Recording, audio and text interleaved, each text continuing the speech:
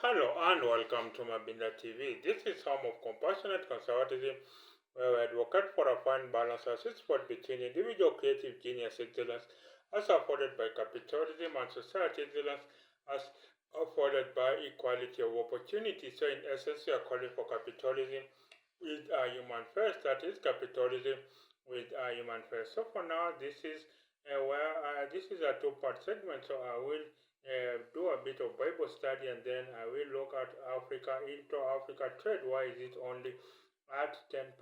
So let's get into matter spirituality. So this is a verse I've taken from Genesis chapter 37, verse 18 to 24. Genesis chapter 37, verse 18 to 24, and it says, Joseph's brothers saw him coming from far away. They decided to make a plan to kill him. They said to each other, "Here comes Joseph the dreamer. We should kill him now while we can. We could throw his body into one of the empty wells and tell our father that a wild animal killed him. Then we will show him that his dreams are useless." But Reuben wanted to save Joseph. He said, "Let's not kill him. We can put him into a well without hurting him." Reuben planned to save Joseph and send him back to his father. And Joseph came to his brother. They attacked him and tore off his long and beautiful coat. Then they threw him into an empty well that was there. So while Joseph was in the well, the brothers sat down to eat. Of course, they looked up and saw a group of traders traveling from Gilead to Egypt. Their camels were carrying many different spices and riches. So that's the story about Joseph. So basically, they threw him to be eaten by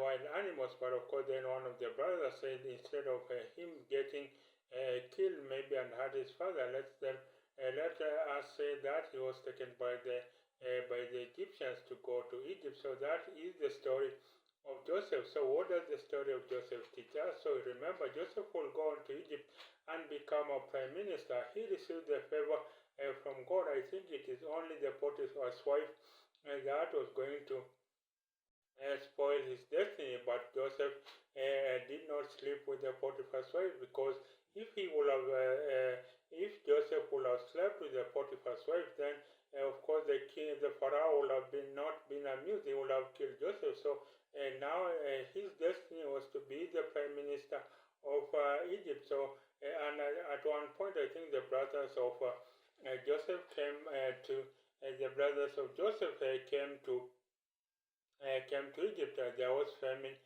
back in Israel, so they came to Egypt to ask for food, and then of course they could not even recognize Joseph. So that shows how much of a favor Joseph had. So basically, I think that is about jealousy. I think this Bible verse teaches us about jealousy. I think we should not be having jealousy towards our brothers. And I think jealousy today, you find people working in the same office. Basically, you have brothers and sisters, maybe sisters rivalry. Maybe they fear this brother or this sister is so bright, they are going to have a good life. But then, of course, they say now we will not tolerate it, so they start feeling jealousy. And I think sometimes it's bad when someone's star pops up too soon. They end up being envied by their brothers and sisters, not even that, by their colleagues. And I think jealousy is as old as human. So how do you prevent jealousy? I think one thing is to know everyone has been predestined. I think maybe that's the thing to know. There are enough talents in this world. There are enough talents. There are enough. The cake is enough for all of us around the world. And I think maybe that is what the story of Joseph teaches us. The story, there is enough cake to go around in the world. So why is it that some people, they are threatened when someone is too talented? When someone is too good, then they become certain that this person is going to finish me.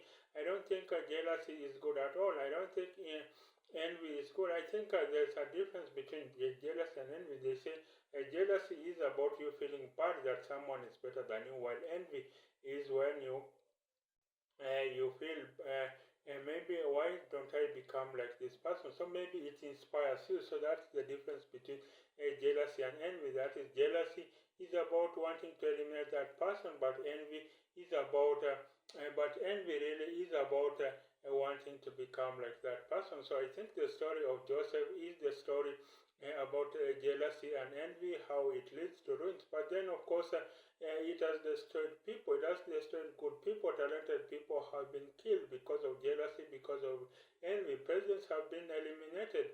And I think presidents have been, or people's rising political stars have been eliminated because, especially here in Africa, the rising political stars have been eliminated because people see that this is going to become a threat. This person is going to become a threat to my life. So they eliminate that person, and I don't think that's good at all. You look at business, as you said, someone's business is beginning to get well. They have a good product. They have managed that market, but someone comes along, a closer business nearby feels that this person is going to destroy our lives. So maybe they go to a witchcraft so that they can be and they can eliminate that person. But I think there is enough cake to go around.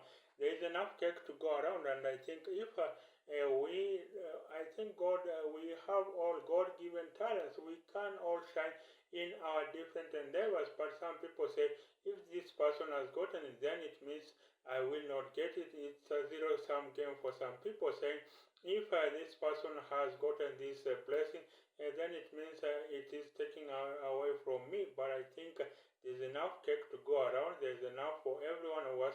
And I think especially in Africa, jealousy and envy, especially sibling rivalry, is so common. And I don't think we should be encouraging that at all. So how do you handle jealousy and envy? You let me know on how you handle jealousy and envy. Then I will move over to Africa perspectives. In Africa perspectives, I will be looking at why is inter-Africa trade. How can we improve inter-Africa trade? Inter-Africa trade is only about 10%.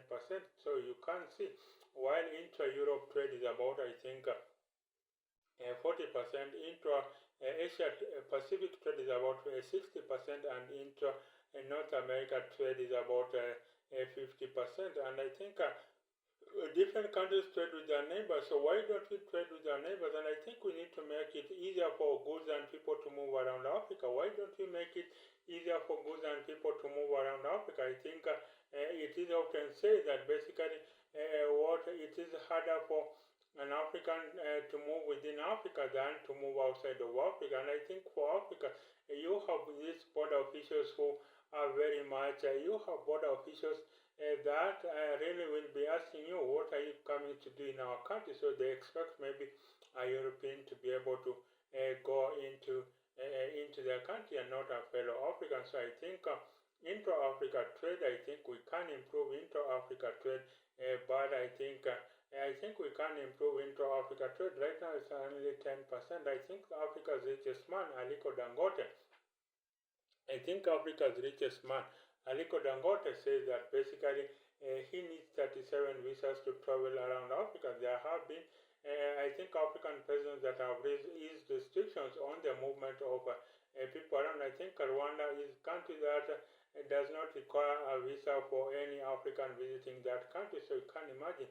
And I think maybe more African countries should be able to do more so that Africans can readily travel within Africa. And I think if Africans can readily travel within Africa, then there will be more Africans that basically there will be more Africans that will do business with each other. So you have Aliko Dangote, he has opened a New York office in order to diversify his portfolio, basically saying that maybe saying it is very hard for him. It is very hard for him to do business in Africa. And I think if we do business with one another, some people say that but African goods are inferior, but I don't think so. I think even the Japanese brands started with brands that are below par, brands that are subpar. But what did they do? They invested the profits back to R&D, and now their quality is so high that now they are associated. Japanese brands are associated with high quality. They surpass brands, big brands. Look at Toshiba, look at Sony, look at Panasonic, look at Toshiba, look at Sony, look at Panasonic, look at maybe Mitsubishi, Isuzu, Toyota. Look at all these brands that are associated with high quality, but it was not all so. And I think for Africa, then I think we could do more with starting low. We could buy Africa, made in Africa, buy Africa, made in Africa. And I think if we buy from Africa, then that's the way we are going to have do business with one another, and then have basically have these profits remain right here in Africa. So this has been Mabinda TV, where I have been looking at, first of all, I looked at jealousy and envy from the story of Joseph, that is Genesis chapter 37 verse 18 to 21. Then I looked at how intra-Africa trade can be improved. So for now, this has been Mabinda TV. This is home of compassionate conservatism, in which you advocate for a fine balance as sweet spot between individual creative genius excellence as supported by capitalism and society excellence as supported by equality of opportunity. So in essence, we are calling for capitalism with a human face. That is capitalism with a human face.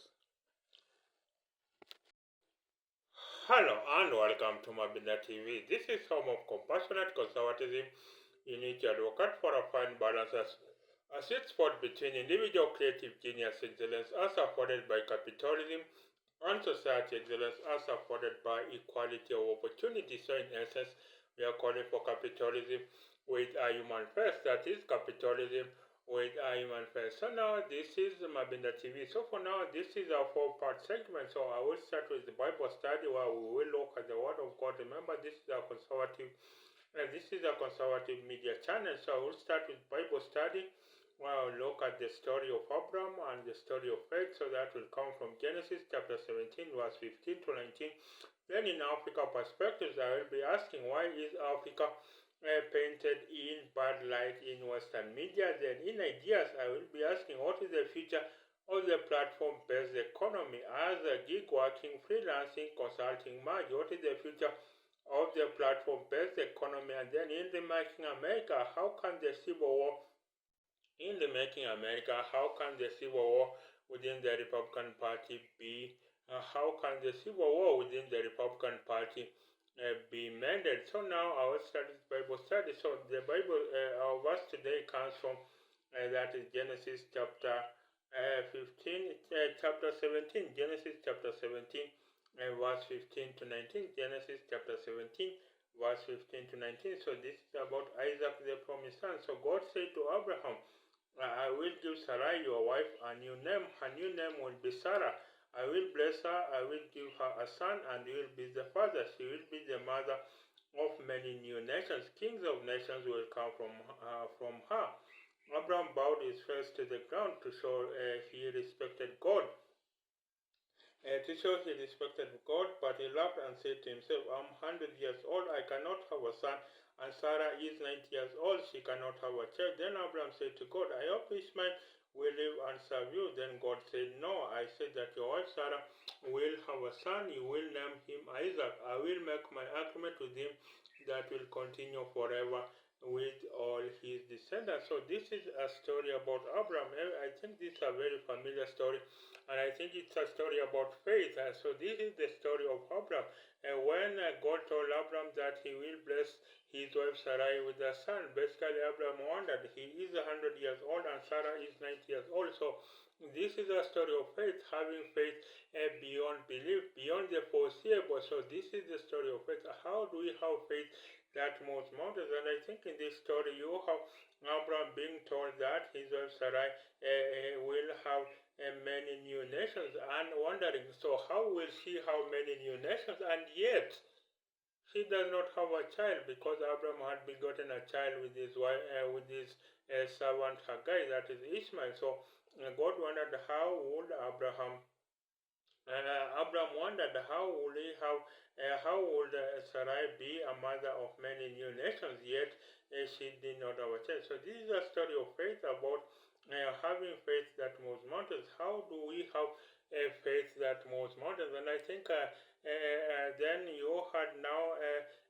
Sarah begot a son, that is Isaac, and then he became the father of many new nations, including Jacob, and of course, kings were born after him. So basically, if God makes a promise to us, then it is time that we basically accept that promise. It is something we believed. It is something that I think we need to follow through. If God promises something new, I think.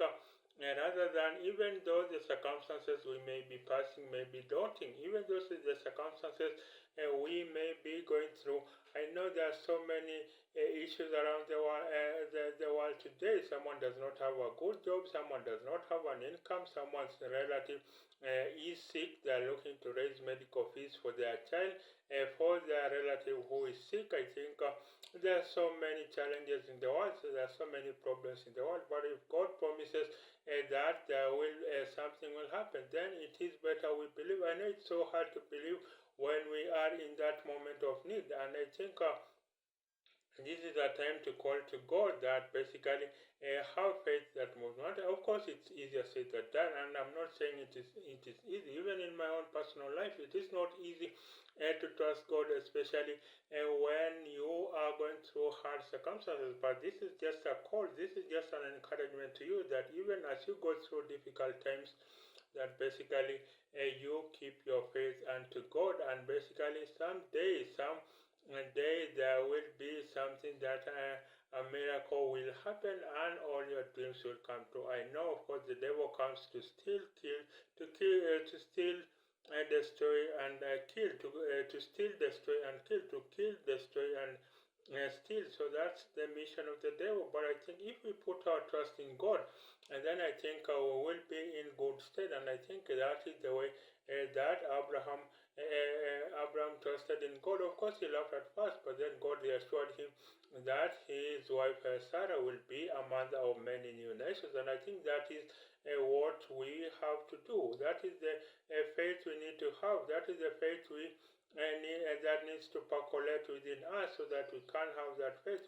Your child likes school fees, but you tell them, go to school. I will see to it that today I will come to school and pay that school fees. Of course, this is not a bludgeoning of reality. This is not to escape away from reality, but to have that faith and that moves mountains. And I think if we have that faith, then we can go through the challenges of life in ways that we can go through challenges of life in ways that we can go through challenges of life trusting God that something good will happen. And I think if we have that, so this is an encouragement to you today that despite what you're going through, then I think things will open up, and I think you will have a good state. So no matter the challenges, just trust God that things will open up. So that's the Bible study today. Then I will move over to Africa perspectives, and in Africa perspectives, I'm asking, why is Africa painted in bad light in the international media? That is, why is Africa painted in bad light in the international media, where Africa is just a warlord away from civil war? Africa is just a common cold away from a disease pandemic. Africa is just a spoonful away from starvation. So why is Africa painted in bad light in the Western inclined international media? I know there are so many challenges in Africa, and there are so many challenges in Africa. You cannot deny that. But why is the good in Africa ignored? Someone said that marketing Africa is like winking at someone in the dark, and you will never notice because the good that comes from Africa is buried in tons of negative information. Imagine if the January 16th election had happened in Africa, there would be there practically would be no way there. That is, imagine if the January insurrection had happened in Africa. Basically, everyone would be laughing, but it happened in America, and of course, everyone forgave America. They say this is just a bias remorse, and I think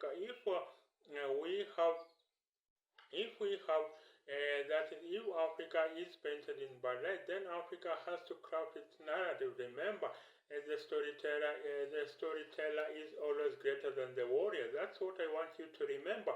That the storyteller is always greater than the warrior. Basically, you can't craft a narrative. And a country such as America, you have Hollywood. Basically, it is built to market America, and never mind all the evil that goes on around Hollywood, but it is built to market America, basically. And in the new world, perception is the new reality. In the new world, perception is the new reality, and this is why all want that Africa crafts itself. Why don't we invest in media that can tell African narratives? Why I think the private media in Africa are making some good money. So why are they not invested in the deep issues that affect Africa? And I think if our private media, if the Western media don't want to paint us in good light, then we can take ownership of the story ourselves, craft a new narrative for Africa. And I think that is the way Africa is going to prosper. That's the way Africa is going to be that place where hopes and dreams are alive. And I think if we craft a new narrative for Africa, then Africa will cease to be an aid and a humanitarian hotspot and become an investment destination. And I think someone goes to holiday in Dubai, whereas they could go and have the same experience in the desert in Kenya, Chalbi Desert in Kenya, or the deserts in Namibia. So I think the story of Africa, the tragedy of Africa, is that we don't craft the narrative ourselves. Basically, we wait for outsiders to craft the narrative for us, and basically they have crafted a very bad narrative for Africa, where Africa is a common cold away from a disease pandemic. Africa is a world away from civil war. Africa is a common cold away from a disease pandemic, and I think we need to take charge. We need to have our own focused media. For how long will Africa have CNN Africa, Al Jazeera Africa, BBC Africa, CCTV Africa? For how long will we depend on outsiders to tell our narrative? We need to tell the narratives ourselves, and that's the way that Africa is going to blossom. That's the way that Africa is going to grow. And I think if that happens, then Africa will be we will be in very, very good place. So that's it. Then I will move over to ideas. So in the age of that is in this age of freelancing, consulting, gig working, subcontracting, what is the future of the platform-based economy? So you have a lot of you have these jobs nowadays. You have a lot of freelancing, gig working. There's that long-running debate on whether Uber drivers are subcontractors or employees. So basically, I think this is the future of work. I think basically these employers will be platforms, and then we will be going there to do our work. But I think we need the early ground rules. We need to set the early ground rules on how this will work, because I think the power is on the part of the platforms. Someone said if something is free, then you are the product. Someone said the money is in distribution, especially in the internet, that the money is in distribution, not in the creation. So basically we become like slaves in Africa, or in the early medieval days in Europe, basically where the landlords, we work for the landlords for free. We are pumping a lot of information for free, and then these platforms are just basically are profiting from the information that we are availing of there. And I think what we need to do basically is to have the early ground rules so that we can have this is not truly a subcontracting. This is not a contractor where we avail our information online, where we do these jobs online. This is not a truly the traditional client contractor kind of way. This is part employee, part subcontracting, and I think this is why we need a new kind of job description where we pay partly as an employee, maybe have a retainer, and then have the commission, so that you have that long-running debate of Uber drivers. I think for me, they need to have a retainer and then also have commission. So I think this should be the future of that is the platform-based economy. So that it in ideas where I'm looking at as subcontracting, employees, freelancing, gig working merge. What is the future of the platform-based economy. And then finally, in Remaking America, how can the civil war within the Republican Party be mended? In Remaking America, how can the civil war within the Republican Party be mended? So basically, you have the Republican Party, you have a civil war within the party. You have a three-way split within the Republican Party. That's according to an article on the Atlantic, of course, I think by Hillary Clinton. So you have the Orthodox Trumpists, that is those who will take a bullet any day for Donald Trump. Then you have the hybrid Republicans. These are the Republicans that have accepted the reign of Donald Trump within the Republican Party, but they want him to trim his rough edges. They want him to round off his rough edges and mute his low vibrational energy. And then you have establishment Republicans. These are the Republicans that Donald Trump threw under the bus. Basically, these are the Bushes. These are the Bushes, the Reagans, the Cheneys, basically, that Donald Trump took over the party. Of course, they will never forgive Donald Trump. They say that Donald Trump came over and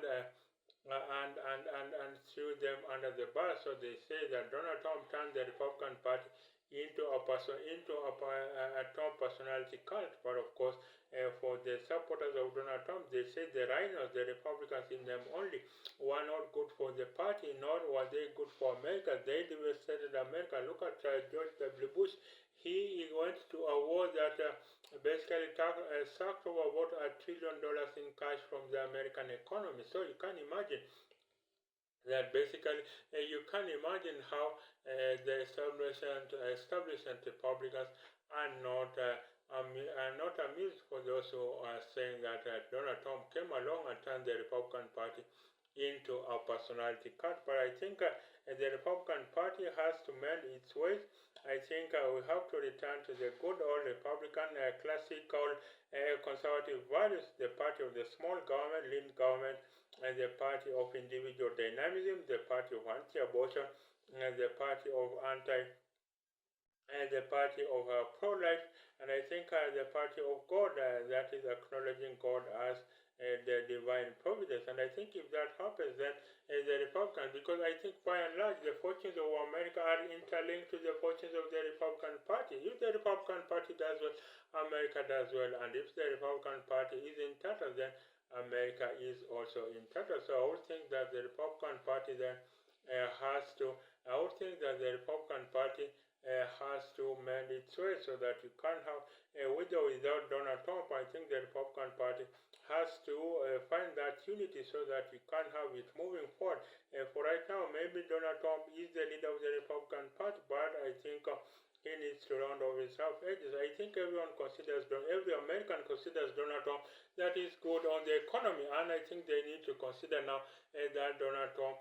I think I look at Donald Trump. He had a series of summits at the White House that is Made in America summits. I think genuinely, in terms of the economy, Donald Trump beats Joe Biden hands down. I think he wants to revive the manufacturing jobs. He wants to be tough on China. That is Donald Trump. He thinks that China is cheating. That is, China is ripping off America, especially in terms of the trade deal. And so, of course, for Donald Trump, he wants to be tough, and that is why he is seeking a second mandate at the White House. And of course, this is just an election is a year away. So basically, we are going to see polls are showing that basically about 3 or 4 polls are showing that Donald Trump is ahead of Joe Biden in the key battleground states, in the 5 or 6 battleground states that are crucial for any candidate to win an election, such as Michigan, such as Pennsylvania.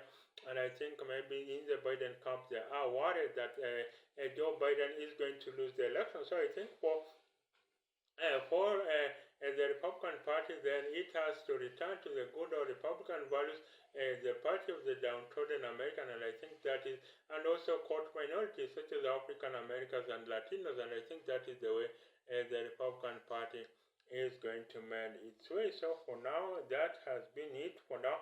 I looked at Bible study, the story of faith about Abraham, Genesis chapter 17, verse 15 to 19, just to keep you morale for the day. and then of course to keep you grounded in the word of God. Then in Africa perspectives, why is Africa painted in bad light in Western inclined international media? And then in ideas, what is the future of the platform-based economy? As gig working, subcontracting, employees, consulting merge, what is the future of the platform-based economy? And then in Remaking America, how do we mend the civil war within the Republican Party? So basically, this has been Mabinda TV, and this is home of Compassionate Conservatism, advocate for a fine balance between individual creative genius excellence as afforded by capitalism and society excellence as afforded by equality of opportunity. So in essence, we are calling for capitalism with a human face. That is capitalism with a human face. Hello and welcome to Mabinda TV. This is home of Compassionate Conservatism, in which you advocate for a fine balance as sweet spot between individual creative genius excellence as afforded by capitalism and society excellence as afforded by equality of opportunity. So in essence, you are calling for capitalism with a human face. That is capitalism with a human face. So for now, I'd like to begin. This is a four-part segment. So first of all, this is a conservative talk show. So basically, I will begin with conservative values. So I will begin with Bible study. So I'll begin with Bible study, then from Bible study, Africa perspectives, and then ideas, and then finally Remaking America, the best ideas to reshape America. So I will start with Bible study. So in Bible study, we are looking at Genesis chapter 7. Genesis chapter 7, verse 1 to 5. In Genesis chapter 7, so I'll read it. In Genesis chapter 7, verse 1 to 5. So this is about the flood. The flood begins.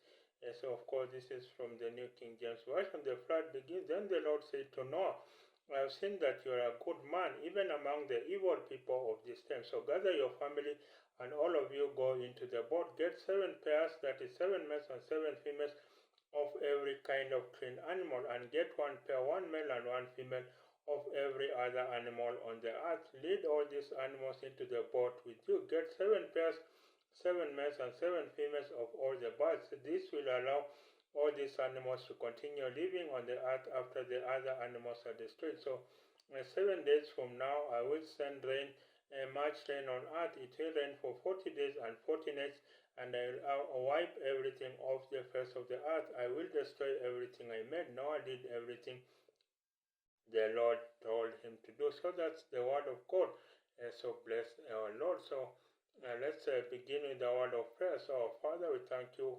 We come before you. We exalt your name. So even as we begin this Bible study, I would like just to pray that basically this Bible study will help better shape our lives, will transform our lives in innumerable ways. So let's start with the Bible study. So what is this Bible study? It's about Noah, and everyone remembers Noah. What do you remember about Noah? What you remember about Noah is about the flood, and basically God instructed him that he should set up an ark of the covenant. So basically an ark, so that you will have these animals, God, to be rescued. So God, maybe the question I will ask, was God angry, or maybe he just wanted to clean up the world? Some will say that God was angry, basically that God was angry with the world. I think some theologians take towards that direction, that God was angry with the world, and basically he wanted to clean up the world. But basically, what was the significance of God? What was the significance of God? Maybe asking that he take up a pair of male and female. I think it was about the continuation of God's creation, because I think if you would not have taken a male and a female, because that is what it takes to procure life, I think the whole world, and then the process of creation will have started all together. So I think this was important to take a male and a female. This was important for the continuation of creation of the world. I think that was the message that God wanted. That is, even though he was laying his wrath upon the world, maybe even though people had sinned, because I think there was too much sin in the world. I think that's also another lesson we could draw from this Bible verse, that there was too much sin across the world, and so God was angry with the world, and maybe that is why he procured Noah, that he should set up a male and a female species. But even that, why did God start with the clean animals and then the other animals? So I would say that this is the ark, the process of the ark. Of course, some say that the ark, I think some people still are looking for that ark, but some say it is in Ethiopia, others say it is in Israel. So it is people still go and are going to excavate. Archaeologists are still going finding that arc. But I think it is important, and I think what we learn from this process is that God, when God is angry, then when God is angry, then He can unleash His wrath. But then, of course, also what I learned from this Bible verse is that God is all-knowing. So basically, God is all-forgiving. So I think humanity had erred. I think there was too much sin. There was too much sin in the world, and so I think God, even though God could have destroyed everything, He chose to spare. God chose to spare maybe a part of the creation, so that the process of creation could go on. So, what kind of lessons do you learn from this Bible verse? That is Genesis chapter 7, verse 1 to 5. That is about the story of this is the story of the flood about Noah. So this is what I've written, and I think maybe you could chip in the comment section and say what you learned from this Bible verse, about what you learned from the Bible verse about the story of Noah, that is about the story of the flood. So from Bible study, so I hope you will continue with the Bible study. And then in Africa perspectives, I'm asking which three leaders will have made Africa a superpower? That is, which three leaders will have made Africa a superpower? Remember, to be a superpower, you need to have political power, economic power, and socio-cultural power. So basically, a country such as the United States is powerful because it has all these three levers correct. That is the political power, economic power, and socio-cultural power. So which three leaders will have made Africa a superpower? So for me, I will start with political power. So political power, I will give it to Kwame Nkrumah. So remember Kwame Nkrumah, he or the foremost Pan-Africanist, he wanted Africa to unite there and there. Remember, Ghana got independence in 1957. Ghana got independence in 1957, but Kwame Nkrumah, the founding president of Ghana, was willing to delay the independence of Ghana until whole of Africa could be united. So you can imagine how very much Kwame Nkrumah wanted Africa to be united. So remember his famous phrase that seek ye first the political kingdom and everything else shall be added unto you. That is what Kwame Nkrumah said. That is, seek ye first the political kingdom and everything else shall be added unto you. That was the message of Kwame Nkrumah.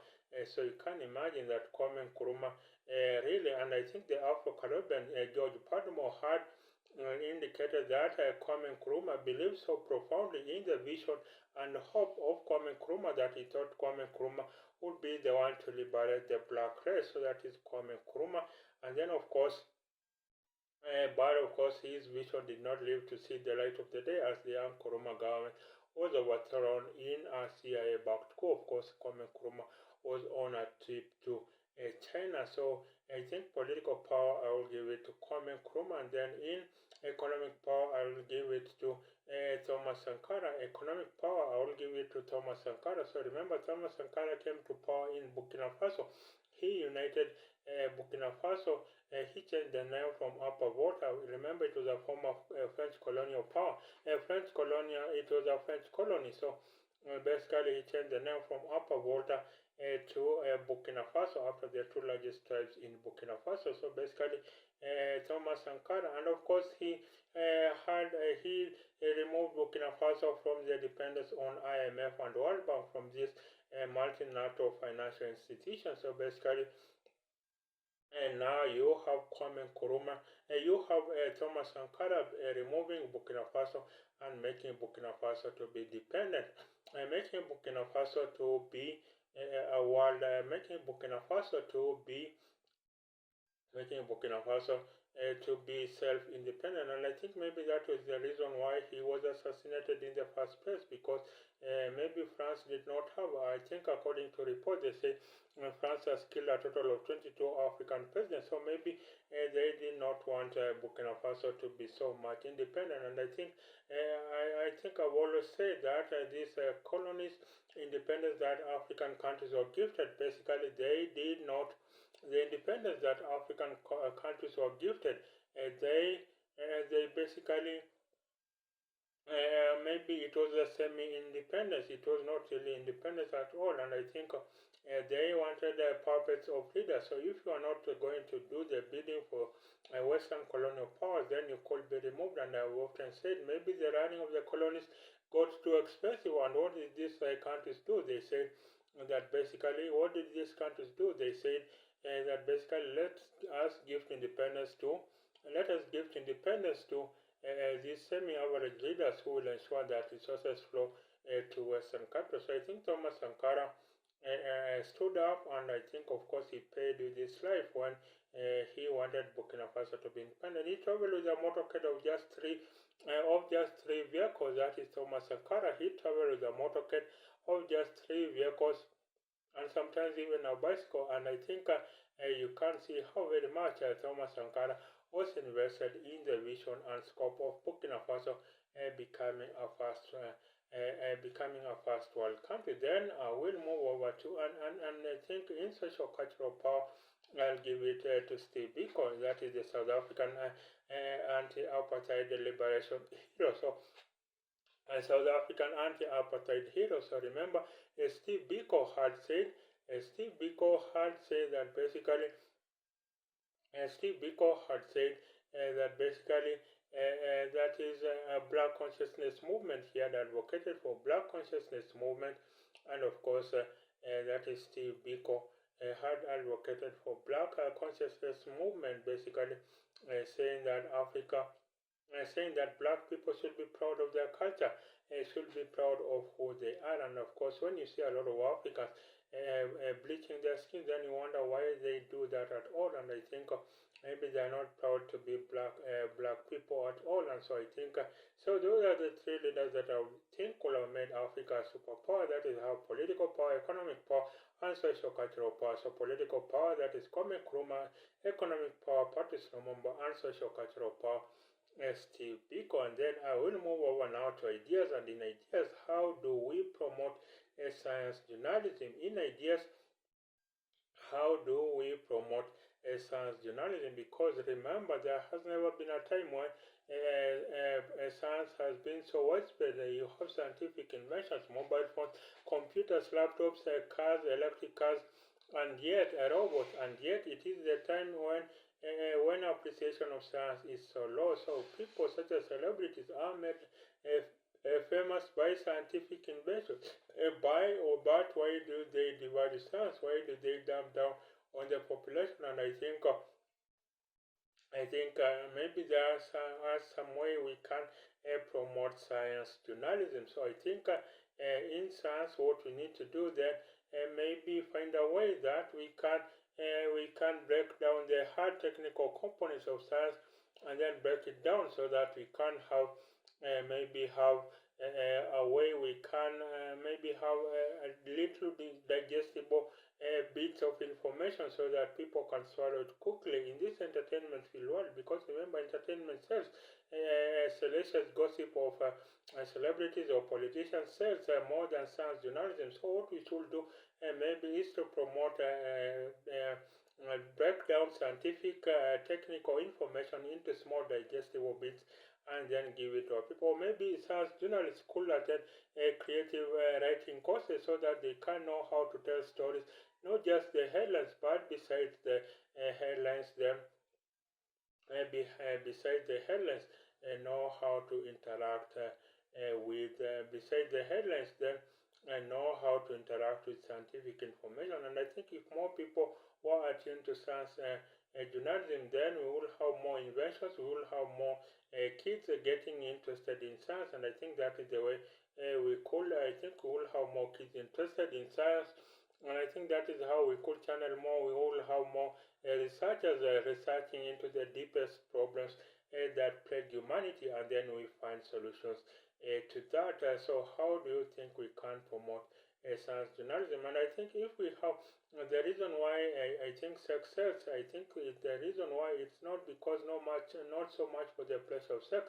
but because everyone has an opinion about sex, and I think that is why success. So I think by the same reason, then I think if people have a wide opinion on the issues of the day, then you will not have, for instance, I think it was in Europe, for instance, where you had, I think, a celebrity story eclipse a launch of a satellite into the outer space, into the sun. So basically, you had a celebrity story eclipsing the headline of a satellite being launched, or a rocket, a space vehicle being launched into the atmosphere of the sun. So you can imagine how very much now people, even in Europe, where you would expect that people are interested in science, it is not so much now. I think if we promote science journalism, then you have programs such as the Night Science Journalism Fellowship at the Massachusetts Institute of Technology, MIT. But I think that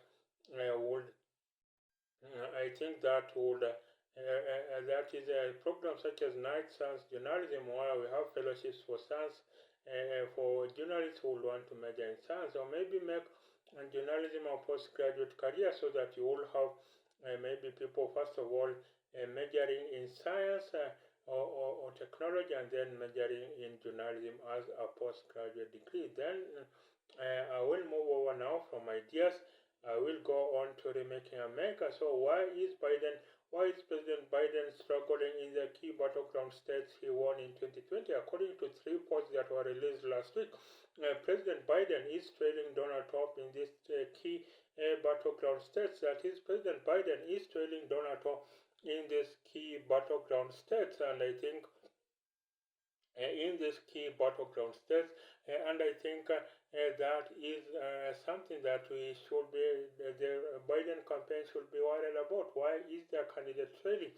And I think maybe the Biden campaign insists that it is the messaging that Biden has done so many things for in his time in office. They say he had an inflation reduction stimulus package. I think a stimulus package that was about $1 trillion. Then you had another infrastructure package of about $1 trillion. You had another infrastructure package of about $1 trillion.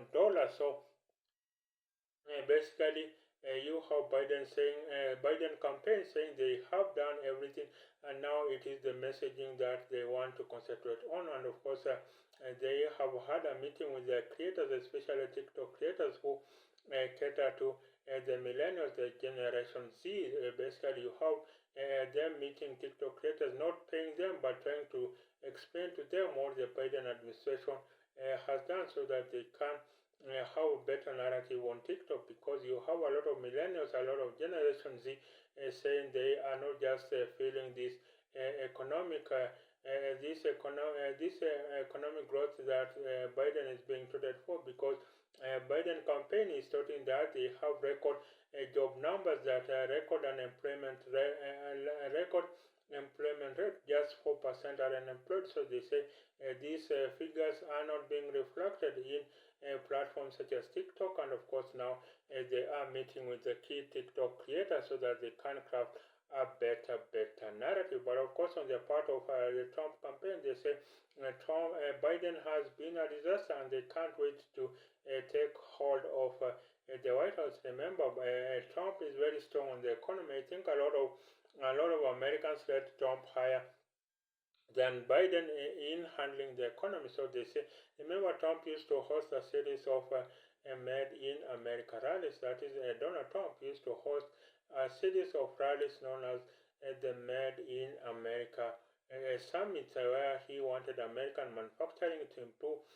so that American manufacturing, once manufacturing improves, then there will be more middle class jobs, dependable middle class jobs. But right now you have this platform based economy. These platform jobs, they are not sustaining middle class incomes, and I think this is something that basically this is something that I think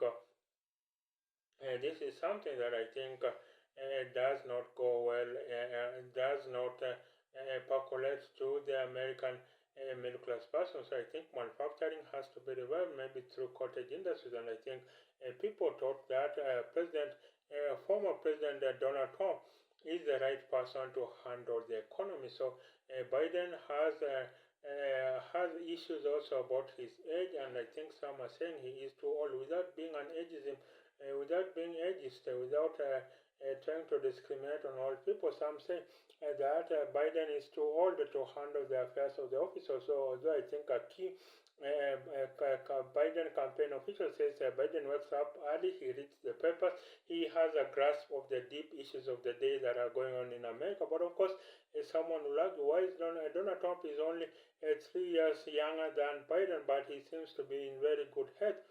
He is 77 years or 78 years old, but I think he seems to be in good health. So why is it that it is Biden that is viewed as being of not good health? So this has been Mabina TV for now, where I have looked at Bible study. Bible study today we have looked at Genesis chapter 7, verse 1 to 5 about the flooding of Noah and God instructing Noah. Then looked at Africa perspective, which three leaders will have made Africa a superpower.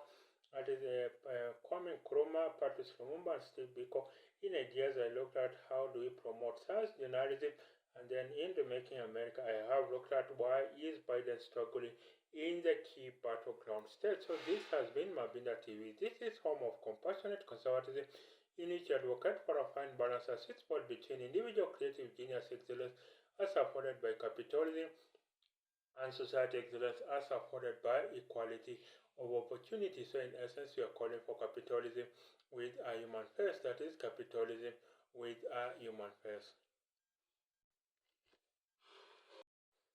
Hello and welcome to Mabina TV. This is home of Compassionate Conservatism, where we advocate for a fine balance, a sweet spot between individual creative genius excellence as afforded by capitalism and society excellence as afforded by equality of opportunity. So in essence, we are calling for capitalism with a human face. That is capitalism with a human face. So now I will start with Africa perspectives. In Africa perspectives, what will it take Africa to be a superpower? That is what will it take for Africa to be a superpower? Remember, in the 1950s, the development economists had foreseen, had projected that Africa will be the one to develop first ahead of Asia because of its immense mineral resources, but that did not happen. It is Asia that has developed first, and I think you have China, you have Japan, you have the Asian tigers, South Korea, Thailand, Malaysia, Singapore. So these Asian tigers developed first. China lifted 300 million people out of poverty in a record 25 years. So you can imagine that China basically lifted a whole population, maybe the size of the European Union, 500 million people out of poverty. And then you have the Asian tigers such as Singapore, Malaysia, Thailand, South Korea being cited as models of development. So you had in Singapore where the former President Lee Kuan Yew was a case study of development economists on how to lift a country from third world to first world. So you had Lee Kuan Yew, he shifted the economy of Singapore from third world, from an abandoned port city to a first world financial behemoth, financial center of the world in a record 25 years. So you can see, imagine, and I think Lee Kuan Yew is a case study on development studies. So how did Africa not develop? So you have in the 1960s, Africa really, I think the leaders kicked the can down the road. So basically, we have to address the question of leadership in Africa. So for Africa to be a superpower, it has to have focused leaders who will implement the development agenda of Africa. So Africa has to have focused leaders. For now, we have leaders that have sold out. So these leaders, I don't trust them that they will bring development to Africa. These leaders absolutely will not bring development to Africa, and I think we need leaders that are interested in the deep issues of the day in Africa. The leaders we have currently, they are not invested in the prospect and prosperity of Africa. Sometimes I tend to think that we are not given independence at all out of benevolence of the West. That is, Africa was not handed independence as the benevolence of the West. It was really because running of the colonies was getting difficult, and so to have the colonies run, what the colonialists did is to plant basically puppets in in all African countries, so that they can then basically develop their country just enough so that the resources continually flow to the West. So you can imagine that Africa really has puppets for leaders. So our leaders really are puppets of the West. I don't think Africa, or no African leader, has the metal, has the gravitas to make the African countries superpowers. And I think for a country to be a superpower, it needs to have political power, economic power, and social cultural power. So in that sense, I don't think any of the African leaders have that wherewithal to be able to eliminate poverty. So we have African leaders, and really the leaders that are supposed to develop Africa are buried deep. The leaders that are supposed to develop Africa are buried deep. So basically, it is not that we don't have good leaders in Africa. It is just that they are buried deep. So you can see very much, for instance, when you are selecting the wedding committee chairperson, you look for the best person, the most noble person is the one who gets to be selected as the wedding committee chairperson, the one who is going to chair the the school lab development, the school lab building committee. You are going to elect someone who is noble, someone who is beyond reproach, someone who is above board. When you are going to elect the cattle dip chairman, you are going to elect someone who is above board, someone who is beyond reproach. But why is it that when it comes to national leadership, we elect absolute wrecks in the leadership positions, and that's why Africa does not develop? It is not that Africa lacks leaders, it is simply that the leaders that Africa has are basically leaders that have bought out, semi-average leaders, basically leaders that have sold us out. So we need to start afresh. Colonialism did not end, and indeed what it did is just change metamorphose from white rulers to black colonialists. So these black colonialists are our leaders today, and they do the bidding for the West. So basically they develop us just enough for resources to continually flow to the West. You can imagine a leader that emerges in Africa that means well for the people, they will never last a day in the office. That's my assurance, that a leader that emerges today that basically wants to remake Africa, that wants to remake their country, they will not last a day in the office. Basically, they will be eliminated there and then. That is why I call upon Africans to really go beyond the line, to go beyond the surface when looking for leaders, so that we get leaders that have not been bought out, leaders that fight for us, leaders that basically are there for Africans to develop. And I think if Africa gets leaders that are invested in the deep issues of the day in Africa, then basically you will have an Africa that is going to develop at absolute very fast rates. And I think if that happens, then Africa will be able to jump forward. I think Africa can have the capacity to develop fast, because I think was Europe was theorized, so the precision expert consultant makes the rules, whereas America was innovated, so it is the creative genius entrepreneur that makes the rules, whereas China was reverse engineered, so it is the systems technocrat that makes the rules. I think for Africa it has to be and should be 3D printed, because all the plans to make Africa great are there. All the plans to make Africa great are there. All the in conferences, basically in news bites, in opinion columns, in books, in conferences, all the plans to develop Africa are there. What we need are just smart executioners, maybe in the mold of Lee Kuan Yew. We just need smart executioners who will come along and implement the ideas that can make Africa great, so that someday the University of Ibadan student defending her PhD thesis on how to eliminate poverty in Africa, her resolutions will not be null and void. Indeed, her resolutions will not be null and void. Indeed, that basically what she will be advocating for will indeed happen. So I think for Africa to be a superpower, we must have focused leaders, because without leaders, everything rises and falls on leaders. Even I know Africa has immense mineral resources. Just look at DR Congo, for instance. It is projected that it is the richest country in the world. You know, DR Congo could basically shut off its borders, and it will still be self-sufficient. It has everything it needs, but of course there is a war going in that country. Of course, some have accused President Paul Kagame and Yoweri Museveni of being behind, acting as the Western attack dogs in plundering the resources of DR Congo. So DR Congo has a mineral potential of $30 trillion according to the CIA factbook, but that will only be realized if it converts uranium to nuclear power, if it converts gold and diamond to jewelry, if it converts cocoa to chocolate, if it converts titanium to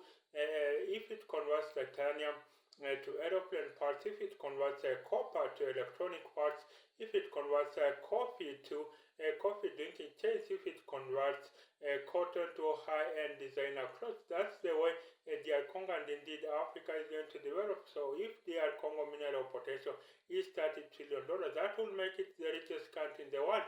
So imagine for Africa, Africa could easily build a $200 trillion economy. So basically, Africa is benefiting the West, is benefiting other people, and lately China. So Africa, when does Africa look out for itself? Because it is now foreign powers.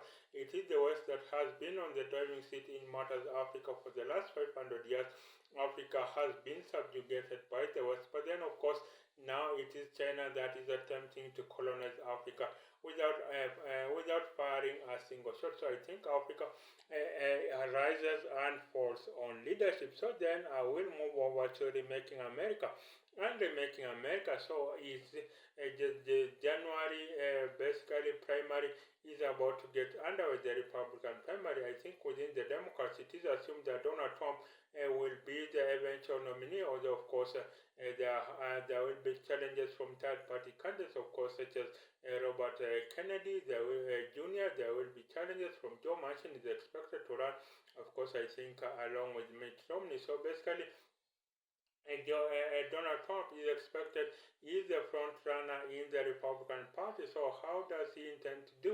I think all polls show that Donald Trump is ahead by about 40 percentage points in most opinion polls in Iowa, and I think national, and not just within the Republican Party, but also he is ahead of Joe Biden. So Donald Trump is ahead of Joe Biden in the opinion polls, especially in the key battleground states. And I think in that case, then basically the Democrats have to be worried. But for now, Donald Trump is ahead by double digits, 20, 30, 40 percentage points.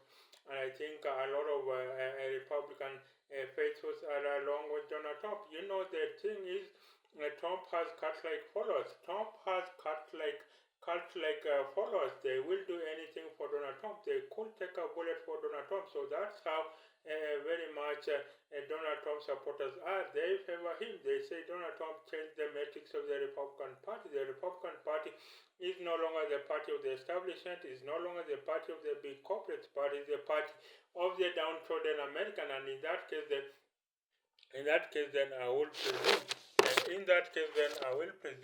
That the Republican Party will Donald Trump change the Republican Party for good, and I think he said that the Republican Party is no longer the party of the Bushes. The Republican Party is no longer the party of the Bushes. Is no longer the party of the Reagans, the party of the Cheney. So basically, you have rhinos. Basically, you have that deep division within the Republican Party. You have the Orthodox Trumpists, those who will take a bullet for Donald Trump any day. Then you have the hybrid Republicans. These are the Republicans that basically will these are the Republicans that have accepted the reign of Donald Trump within the Republican Party, but they want him to trim his rough edges to round off his rough edges, and of course, then you have the establishment Republicans, the rhinos, the Republicans in name only. These are the Republicans, the policy hawks that Donald Trump threw under the bus. So now you have these deep divisions within the Republican Party, but I think they will all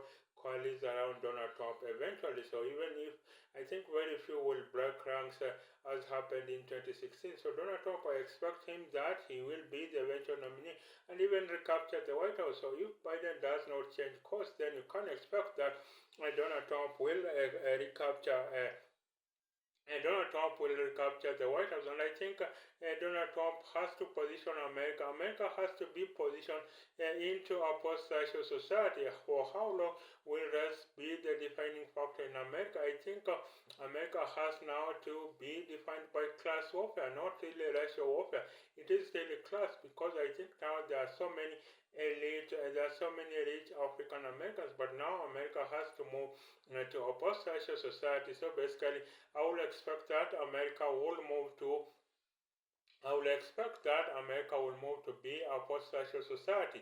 So basically, where now the delineation will be class, and that will call for availing equality of opportunity, because I think capitalism works well, but where capitalism is the greatest wealth generator, but where it fails is in distributing the fruits of capitalism. So basically, I presume that basically what America needs is equality of opportunity, not socialism for government control, and not socialism where it is the government that controls everything. And governments have been known to be very bureaucratic. So what I expect for America, for persons like Donald Trump, if indeed gets a second mandate at the White House, is to advance equality of opportunity. Equality of opportunity is about getting everyone to the same starting lineup. That's what equality of opportunity is about.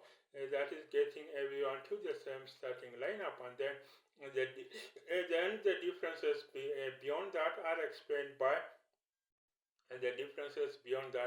explained by creative genius, rare talent, rare skills, and of course entrepreneurial ability. So I will expect that individual dynamism plays a big role in America, and when the Republican Party does well, America does well. And that's not a cliche statement. I believe the Republican Party has the best ideas on how to develop America. Individual dynamism, where the government is the problem, let it get out of the way, as Ronald Reagan would say. So we need a lean government, and I think the traditional conservative values have to be reinforced. So I think Donald Trump is going to do well in the Iowa caucus, and of course in the other primary that is coming on January 24th, that is the New Hampshire primary. I think in 2016 Donald Trump lost to Ted Cruz in the Iowa primary, but he recovered quickly and became the eventual nominee of the Republican Party. So of course I think the delegates at stake, about 50 delegates are at stake. I'm not very sure. I will check that one. So what do you think about the upcoming Republican primaries in January? So I think Donald Trump is going to be the eventual nominee, and maybe even beat Joe Biden if Joe Biden is not going to change course. Of course, opinion polls show that Donald Trump is ahead of Joe Biden in key battleground states, and I think that's very bad news for the Democrats, because Democrats don't have that fervent supporters, don't have that cult-like supporters. Biden does not have cult-like supporters as Donald Trump has, so that will drive maybe I think Trump supporters will go to the polls early. They want to see a return of Donald Trump to the White House. Then we go to ideas. In ideas, what goes into a status valuation? That is, in ideas, what goes into a status valuation? Because you have a company that has no employees, but basically has no revenues, let alone profits, has no revenues, let alone profits. and then of course it's valued at $1 billion. I think there was an article on TechCrunch where an idea was just on paper, and I think an investor valued it at $1 billion. So you can imagine what really goes into startups valuation. Are all these startups really worth the ink they are written on? So you have a company such as Tesla. Tesla has only made about 700,000 cars, but is valued at about $700 billion, making the owner of Tesla, Elon Musk, to be the world's richest man. I think he is the world's richest man at about $220 billion. That enabled him to sell part of his stock in order to buy Twitter, X, that is formerly Twitter. So basically, you have a company such as Tesla, which is valued at about for 700-800 billion dollars, making Elon Musk to be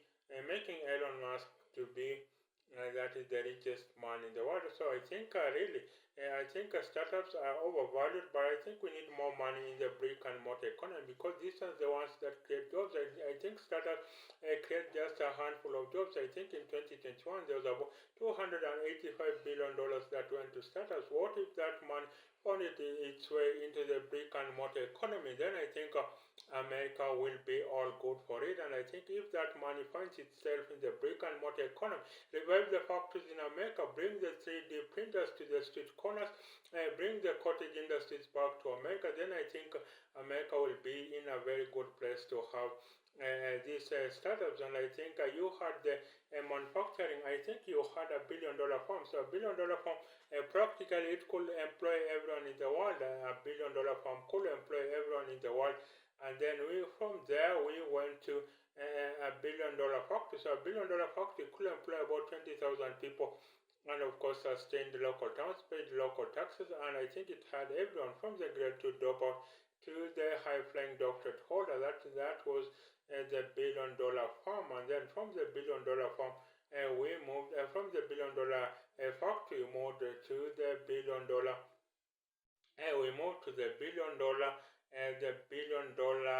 software company, which employed about just 500 people, all of them Uber private state university, flagship state university graduates. And then of course from there we moved, so that means community college graduates were left out. And then from there we moved to the $1 billion startup. So basically this employs just about 10 people, all of them Uber private and Ivy League graduates.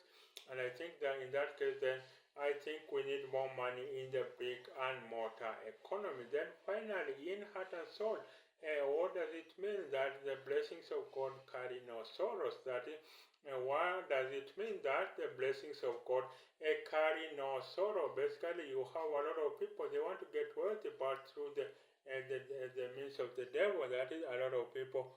That is a lot of people want to get rich. A lot of people want to get rich, but through following the ways of Satan. So how do you get rich in a Christian way? Of course, riches are not the domain of God. It is God who blesses people. And of course, the beauty about the riches from God is that they carry no sorrow. But I think a lot of people are taking shortcuts. I think especially the millennials generation Z, they want to take shortcuts to success in life. But I think they have to have the journey. They have to be attracted to the journey. So the journey, trust the process indeed. Do young people today want to trust the process? That is, do young people trust the process? Can they be reached through a fair way, through waiting and trusting the process? I don't think they want to trust the process. I think a lot of young people today want money there and then, but remember the ways of the devil, the ways of the Satan, riches gotten through Satan, they carry a lot of curses with it, but the blessings of God,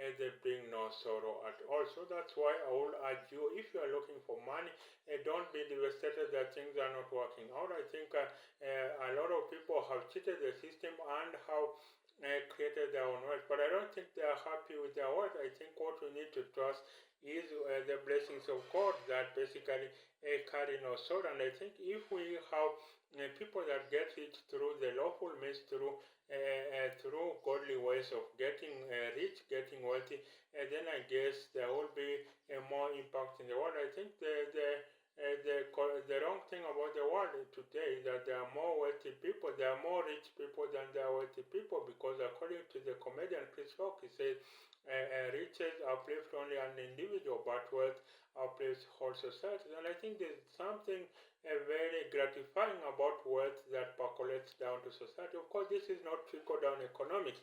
This is not trickle-down economics, so I'm saying that people should get rich, only a few should get rich, and then the rest wait for the bread, wait for the crumbs at the bottom. What I'm saying is that if you are looking for wealth, just trust the process, don't get to the shortcuts, and indeed God will bless us all, because the riches of God carry no sorrows at all. So this has been the TV where I've looked at the African perspectives. Can Africa be a superpower? Remaking America.